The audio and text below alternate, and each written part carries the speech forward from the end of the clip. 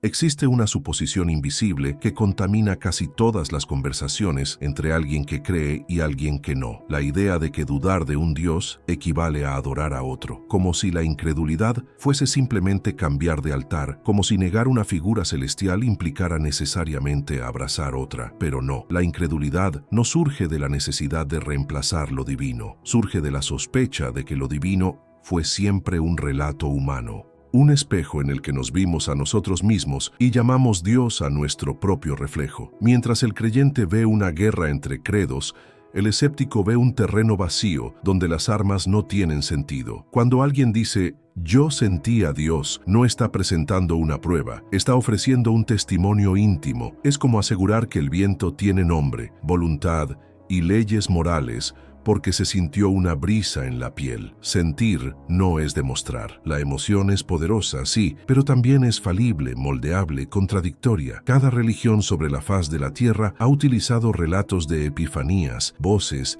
visiones y presencias para validar su verdad exclusiva. Y sin embargo, esas verdades se anulan entre sí. Si un testimonio subjetivo vale como prueba universal, entonces todas las religiones deberían ser verdaderas al mismo tiempo, y eso, por simple lógica, no es posible. Este es el primer muro que levanta la conversación. El creyente habla desde la fe, el no creyente desde la evidencia. Uno entiende la confianza ciega como virtud, el otro la duda como herramienta de supervivencia intelectual. Uno construye templos sobre revelaciones, el otro construye hipótesis sobre observaciones. Sus lenguajes no se tocan. Por eso, cuando un creyente intenta convencer con miedo, con promesas eternas, o con relatos personales, la voz resuena como eco en un espacio que ya no responde a esa frecuencia. Otro error común es pensar que la duda nace de la ignorancia, que quien no cree simplemente no ha conocido la verdad. Pero la realidad es otra. La mayoría de los no creyentes conoce las doctrinas que dejó atrás, las repitieron de memoria, las escucharon durante años, se arrodillaron bajo ellas.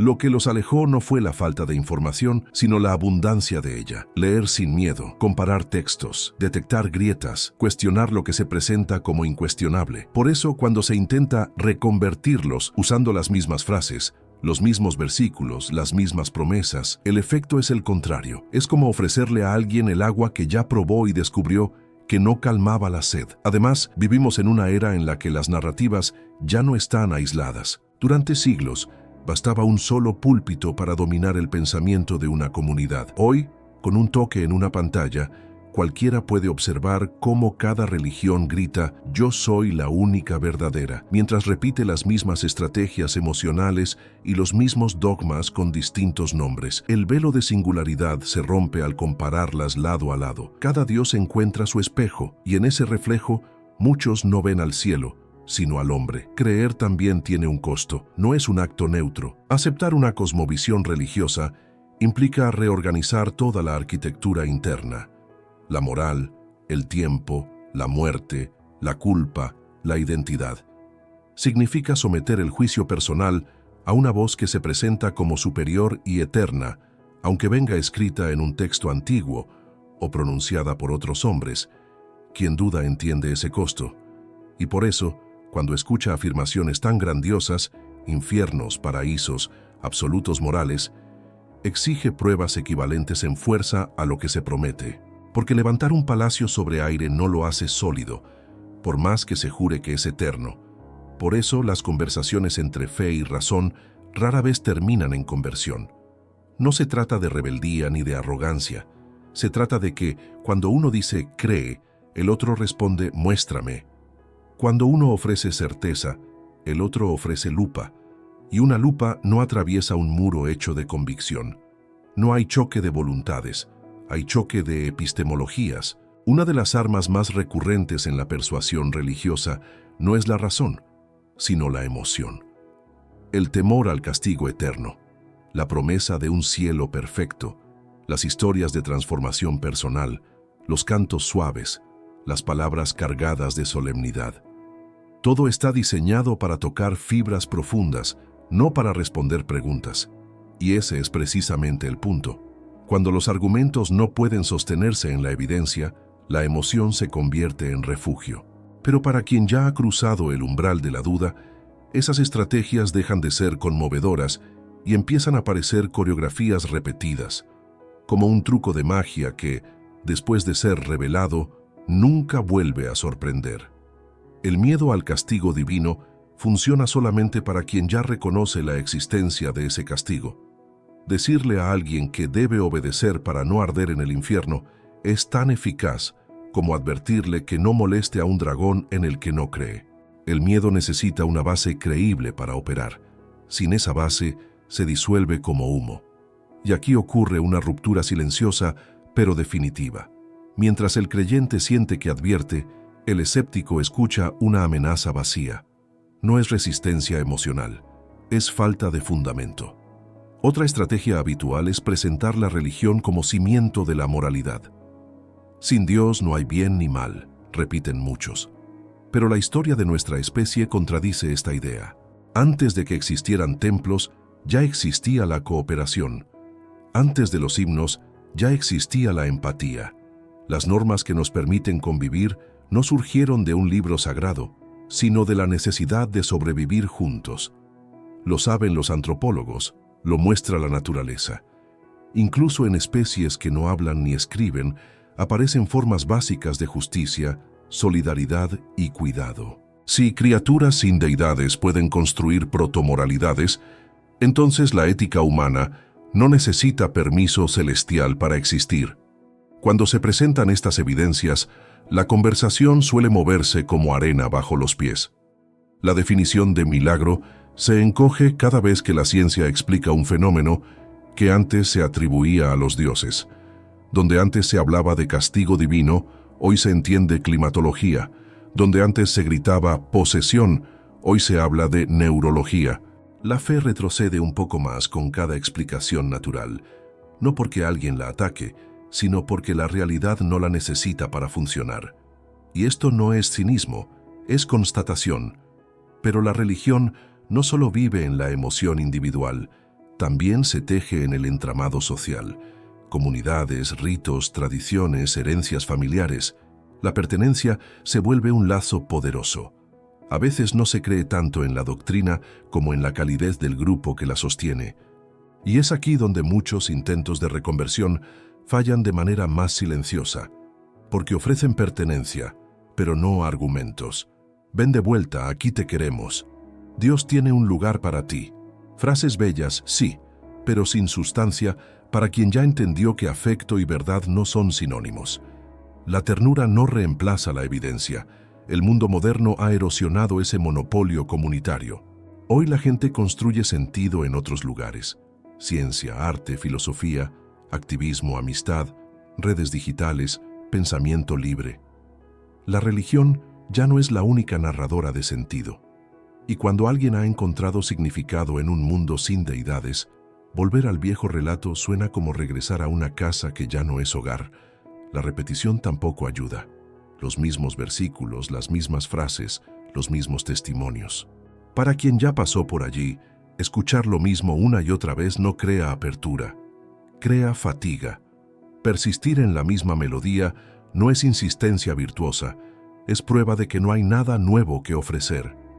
Por eso muchas personas escuchan a los predicadores con cortesía pero sin apertura. Su silencio no es rendición, es respeto. Y respeto no significa que estén siendo convencidos. Otro pilar que se resquebraja es el de la exclusividad. Cada religión asegura ser la única verdadera. Pero si una es verdadera, las demás deben estar equivocadas. Y cuando todas proclaman lo mismo con la misma pasión, el efecto no es fe, sino sospecha. La competencia entre verdades absolutas revela su fragilidad. Para el escéptico no es revelación, es evidencia de que ninguna posee lo que todas prometen. Y hay un punto crucial que suele pasarse por alto. La experiencia emocional no es igual a la verdad. El estremecimiento que produce una oración, un canto o una ceremonia no es distinto al que provoca una gran película, una sinfonía o un amanecer. Que algo te haga llorar no significa que sea real en el sentido metafísico. Significa que eres humano, que sientes, que tu mente responde a la belleza y al relato. Y ese es un terreno donde la emoción no puede usarse como prueba universal. El escéptico entiende eso, y por lo tanto no se deja arrastrar por sensaciones intensas como si fueran garantías. Aquí me detengo para hablar directamente contigo que estás viendo este video. Si has llegado hasta aquí, probablemente ya notaste que esto no es un ataque, sino un espejo. Y si estás del otro lado, creyente, no creyente, dudante, quiero invitarte a algo muy simple. Escribe en los comentarios qué fue lo que un día te hizo cuestionar o qué es lo que aún te sostiene. No quiero un amén automático ni un ateísmo vacío. Quiero tu historia real. Esa historia es más poderosa que cualquier sermón. Si este contenido te está haciendo pensar, considera suscribirte. No porque debamos crecer, sino porque cada nueva voz amplía este espacio de diálogo honesto. Aquí no hay dogmas, solo preguntas que no temen ser pronunciadas. Si algo ha minado la fuerza de la religión tradicional, no ha sido un ejército de ateos, sino el tiempo. Cada siglo le arranca un ladrillo al muro de certezas que alguna vez pareció inquebrantable. Las contradicciones internas no son pequeñas grietas, son fisuras que se ensanchan cuando se miran de frente. Diferentes denominaciones no se ponen de acuerdo sobre qué es el alma, quién es salvo, qué ritual importa, qué reglas son inquebrantables y cuáles pueden reinterpretarse. Cada voz asegura hablar en nombre de lo eterno, pero se contradicen entre sí, y para quien observa desde afuera, eso no parece revelación divina, parece una discusión humana, una discusión que ha cambiado de forma, pero no de fondo. Cuando se cuestiona estas contradicciones, las respuestas suelen ser circulares. Si una profecía falla, es que no la entendimos bien. Si un milagro no ocurre, es que no era la voluntad de Dios. Si algo contradice la ciencia está limitada. Pero ese juego de reinterpretaciones infinitas no prueba nada.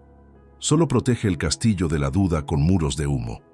No hay argumento que pueda convencer cuando sus cimientos se mueven cada vez que se les señala una grieta. Otro talón de Aquiles es el problema del sufrimiento. Se dice que todo ocurre por un propósito divino, pero ¿qué propósito justifica el llanto de un niño enfermo, la devastación de un terremoto, el dolor absurdo de una vida truncada? Se habla de libre albedrío, de planes misteriosos, pero esas palabras no llenan el vacío que deja el silencio de los cielos. Para quien no cree, no hay nada que explicar. El dolor es consecuencia de la biología, del azar, de nuestras propias decisiones. Pero para quien necesita que todo tenga una mano detrás, esa falta de respuestas concretas es una herida que nunca cierra. Y mientras tanto, el mundo avanza. La ciencia no pretende tener todas las respuestas, pero tiene algo que la fe no tolera: la capacidad de cambiar cuando se equivoca. La religión llama pecado a dudar, la ciencia llama progreso a corregirse, y esa diferencia es abismal, porque un sistema que no puede actualizarse termina pareciendo un eco de otro tiempo. Cada descubrimiento, una galaxia lejana, un código genético, una explicación sobre el origen de la vida, empuja un poco más las fronteras de lo desconocido. Y cuando lo desconocido se hace más pequeño, también se encoge el espacio de los dioses. La hipocresía institucional también ha erosionado la credibilidad. Escándalos, abusos, corrupción, reglas aplicadas con doble vara. No son manzanas podridas, aisladas. Son síntomas de sistemas construidos sobre estructuras de poder. Para el creyente puede ser un golpe doloroso. Para el escéptico es la confirmación de que lo sagrado no necesariamente es santo, que detrás de los altares hay manos humanas, con sus errores, sus ambiciones y sus sombras. Y ese velo, una vez rasgado, no se vuelve a coser. También está la cuestión psicológica. La fe y la duda funcionan como mecanismos opuestos. La fe se alimenta de repetición, ritual y comunidad cerrada. La duda crece con preguntas, debate y exposición a la diversidad. No es que uno sea más fuerte que el otro, simplemente operan en terrenos distintos. Por eso las conversiones masivas son cosa del pasado, porque cuando una mente aprende a hacer preguntas, es muy difícil que vuelva a arrodillarse ante respuestas prefabricadas. Muchas religiones siguen basando su estrategia en la idea de que sin fe no hay propósito. Pero quienes han construido vidas plenas fuera de la religión saben que eso no es cierto. Encuentran sentido en sus relaciones, en sus obras, en sus búsquedas internas, en la simple maravilla de existir. No necesitan un cielo prometido para amar profundamente, ni un infierno para temer hacer daño. Cuando la experiencia vivida contradice las amenazas y promesas de los templos, ningún sermón logra perforar esa convicción. Los creyentes a menudo confunden esta postura con arrogancia. Pero es todo lo contrario. Reconocer que no sabemos, admitir que no tenemos respuestas absolutas, es un acto de humildad intelectual. Fingir certezas sin pruebas es, en cambio, la verdadera soberbia. Y es ahí donde el diálogo se estanca. Porque un lado llama humildad a dudar, el otro llama pecado a lo mismo.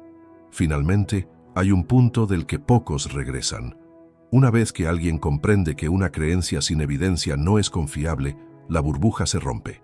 No hay historia, ni amenaza, ni milagro que pueda reconstruirla. Ese principio funciona como un escudo silencioso. No es odio, no es rebeldía, es claridad. Y contra la claridad, la retórica se vuelve apenas un murmullo. Por eso, cuando la gente se pregunta por qué ya no logran convertir como antes, la respuesta no está en la dureza de los corazones ni en un espíritu de rebeldía. Está en la distancia entre dos maneras de entender la realidad. La fe se basa en aceptar sin preguntar. El pensamiento crítico en preguntar incluso cuando incomoda. Son caminos paralelos que rara vez se cruzan. Si llegaste hasta aquí, es porque no temes mirar más allá de lo cómodo, y eso ya te coloca en un lugar poco común. Por eso, si este video despertó alguna idea, alguna memoria o alguna duda, del lado que estés, te invito a que la compartas en los comentarios. No como un debate para ganar, sino como un espacio para recordar que somos humanos antes que creyentes o escépticos, que nuestras historias, cuando se cuentan sin máscaras, tienen más fuerza que cualquier dogma. Si aún no estás suscrito, hazlo ahora. No porque debamos crecer, sino porque cada voz que se une amplía este espacio donde la duda no es enemiga y la fe no es intocable, es discutida, pensada, examinada con respeto. Aquí no se adora ni se destruye, se piensa. Y si ya formas parte de esta comunidad, cuéntanos tu historia. ¿Qué aprendiste al escuchar otras voces? ¿Qué grieta te hizo cuestionar o qué certeza te sigue sosteniendo? Este canal no existe para darte respuestas. Existe para recordarte que hacer preguntas también es una forma de libertad.